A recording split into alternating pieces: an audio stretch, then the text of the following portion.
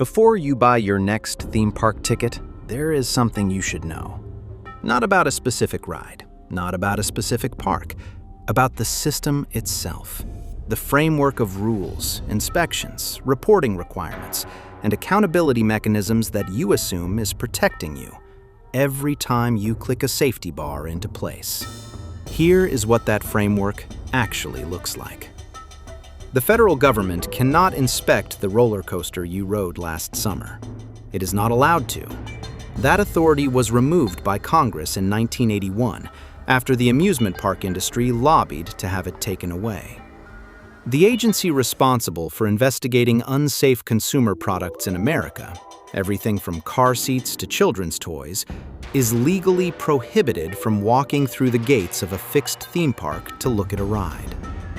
In the state of Florida, home to the most visited theme parks on Earth, Disney World, Universal Studios, and SeaWorld are exempt from state safety inspections.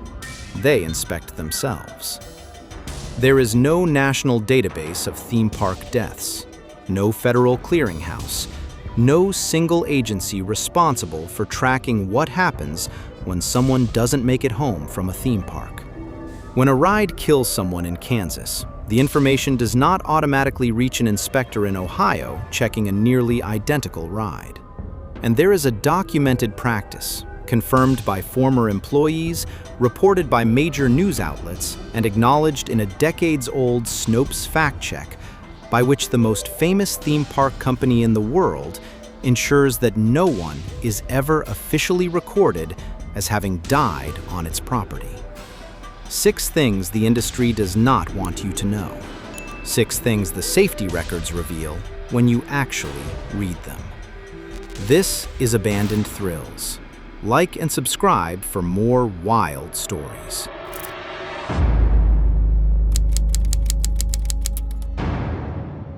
The Consumer Product Safety Commission was established in 1972. When Congress created it, the mandate was clear. The federal government would have authority to investigate unsafe products and protect American consumers. At the time, that included amusement rides, both the ones that traveled between state fairs and the ones permanently installed at major theme parks. That lasted 9 years. In 1981, following sustained lobbying from the amusement park industry and its trade association, the International Association of Amusement Parks and Attractions, known as IAAPA, Congress passed an amendment that removed the CPSC's authority over fixed-site rides. Not reduced it, removed it. The exact mechanism used was a jurisdictional conflict. 2 different federal courts had reached opposite conclusions about whether the CPSC had authority over permanent parks, and Congress resolved the contradiction by simply taking that authority away entirely. The result has a name. It is called the Roller Coaster Loophole, and it has been active for more than 40 years. What it means in practice is this: the Consumer Product Safety Commission, the agency that can investigate a defective baby monitor or a faulty space heater and mandate a nationwide recall, cannot walk through the entrance of a theme park to look at a roller coaster. Not after an accident, not during an investigation, not ever, without specific invitation. Among all the products exempted from CPSC regulation, fixed-site amusement rides were the sole product exemption not regulated by any other federal agency. Every other consumer product in America has a federal safety body with inspection and enforcement authority. Fixed amusement park rides are the one exception. Senator Ed Markey of Massachusetts has introduced legislation to close this loophole repeatedly. In 1999, in 2001, and multiple times since. Each time, the industry has defeated it. His former chief of staff, Mark Bayer, described the current arrangement in terms that are difficult to argue with.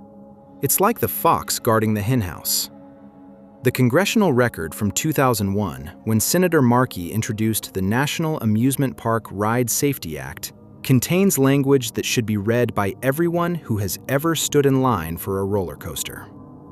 To me, it is inexcusable that when someone dies or is seriously injured on these rides, there is no system in place to ensure that the ride is investigated, the causes determined, and the flaws fixed. Not just on that ride, but on every similar ride in every other state. That bill did not pass. The roller coaster loophole is still active. The system it described, where the cause of an accident on one ride cannot be automatically shared with operators running identical rides in other states, still exists. You are riding rides inside that gap right now.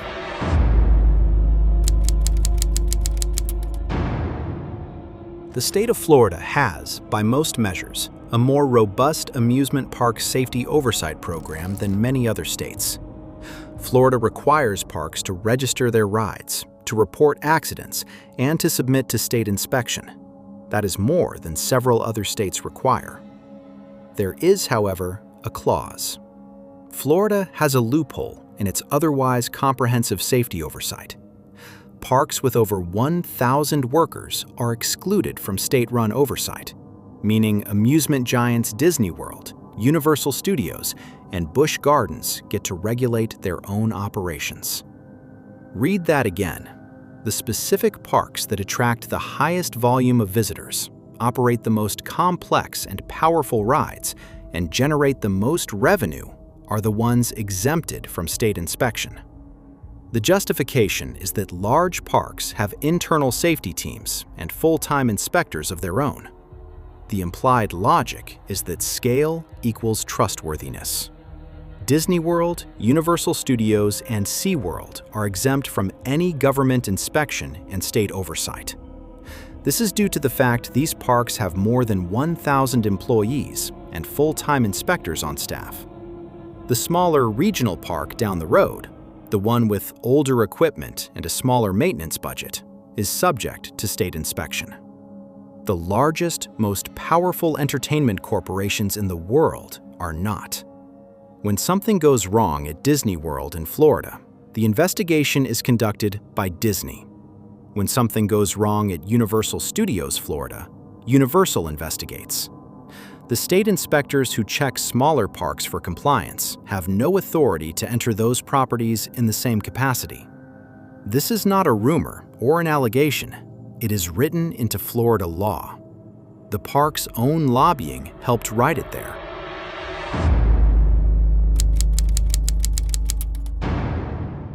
Here is a question with no clean answer.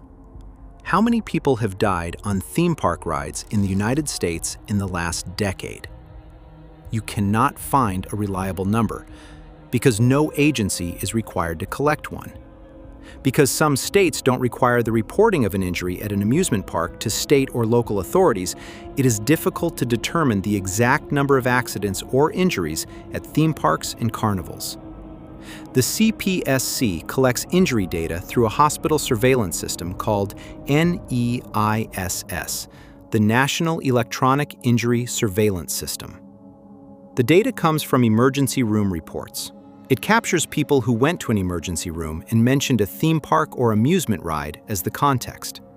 It does not capture people who were injured and did not go to an emergency room. It does not capture people who were injured and died on scene or before reaching a hospital. It does not require parks to self-report anything. When Senator Markey argued for federal oversight in 2001, the data behind his argument was striking. Emergency room injuries on fixed rides had increased 95% over the previous 4 years, and they rose most rapidly on the rides that are exempt from CPSC oversight. The absence of a national clearinghouse is not an oversight. It is a structural feature of a system designed to limit accountability. When a ride type fails in one state, when a specific restraint design or a specific mechanical component produces an injury or death, there is no federal mechanism to automatically alert every other park running the same equipment. The information stays local. The investigation stays local. And the identical ride in the next state keeps operating. This exact pattern produced one of the most damning findings in the Verrückt investigation at Schlitterbahn. The waterslide's design had injured 13 people before it killed Caleb Schwab, and that documented injury history was not required to be shared with Kansas state safety officials, who had no inspection authority over the ride anyway. The parks are not required to tell anyone how many people get hurt, and they don't. If you believe the public has a right to know what's in these safety records, subscribe to Abandoned Thrills. We document these systems every week.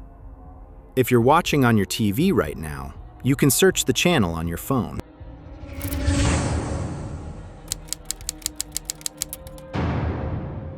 In 1996, a fact-checking organization investigated a claim that had been circulating among theme park workers and enthusiasts for years.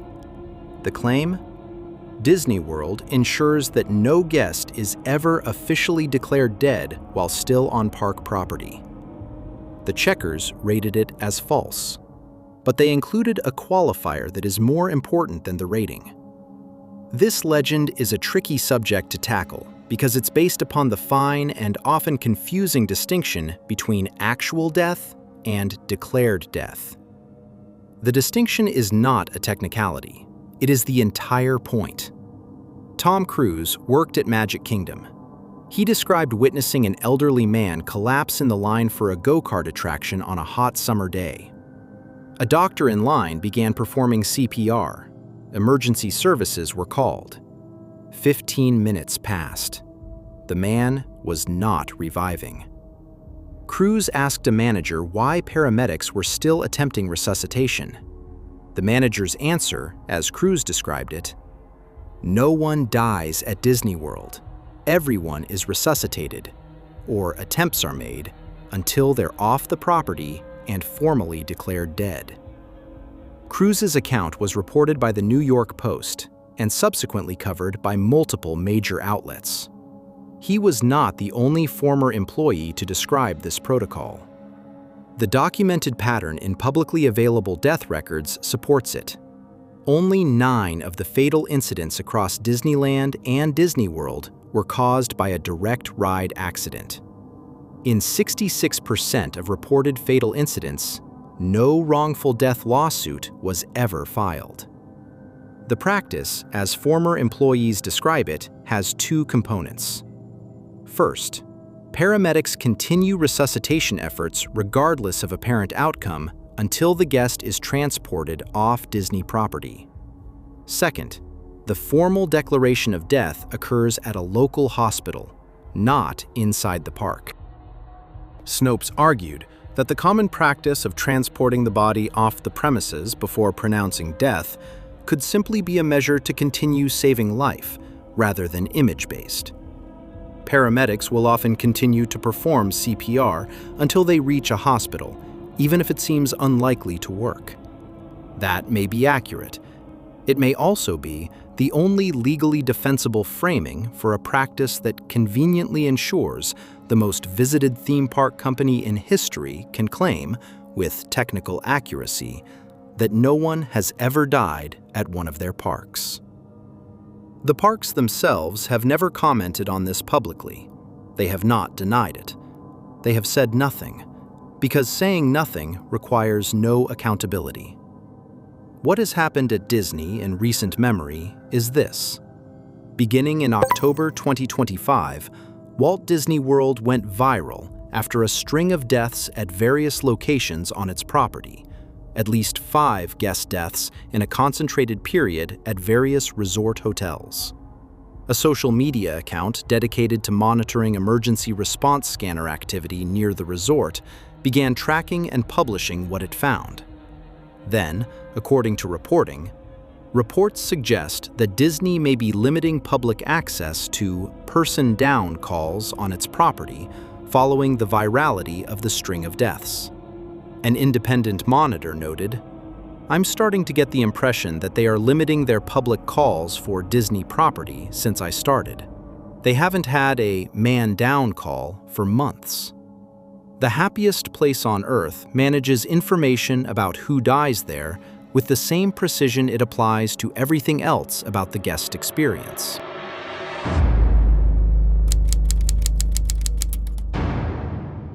When someone is injured or killed at a theme park, and the family pursues a legal claim, the resolution, if it happens before trial, almost always includes a non-disclosure agreement. The family receives a settlement. They sign a document agreeing not to discuss the amount, the specific findings, or in some cases, the circumstances of the incident itself. The case is resolved, and the information it might have produced about a specific ride, a specific design flaw, a specific maintenance failure, disappears from the public record. This is legal. It is standard practice across the amusement park industry, and it produces a specific outcome. The people with the most detailed, most verified knowledge of what went wrong at a theme park are legally prohibited from telling anyone. Disney settled claims in 11% of documented fatal incidents. In 66% of cases, no lawsuit was ever filed at all.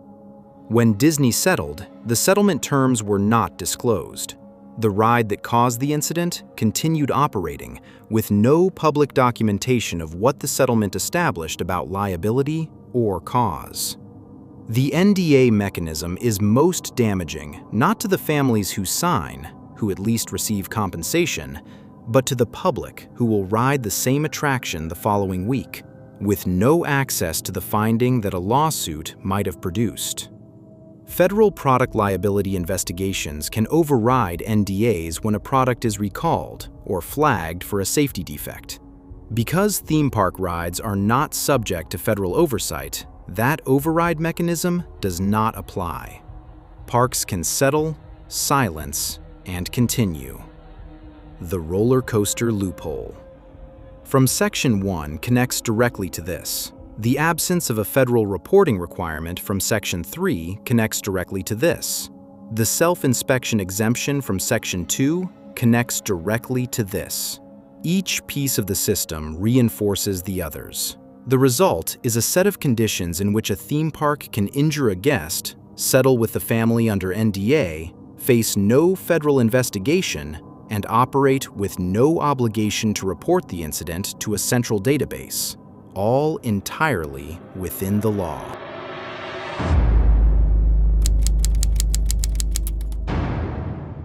Everything you have heard in this video is a product of choices, not accidents, not oversights, choices made by people who understood exactly what they were choosing and spent significant money ensuring those choices would remain in place.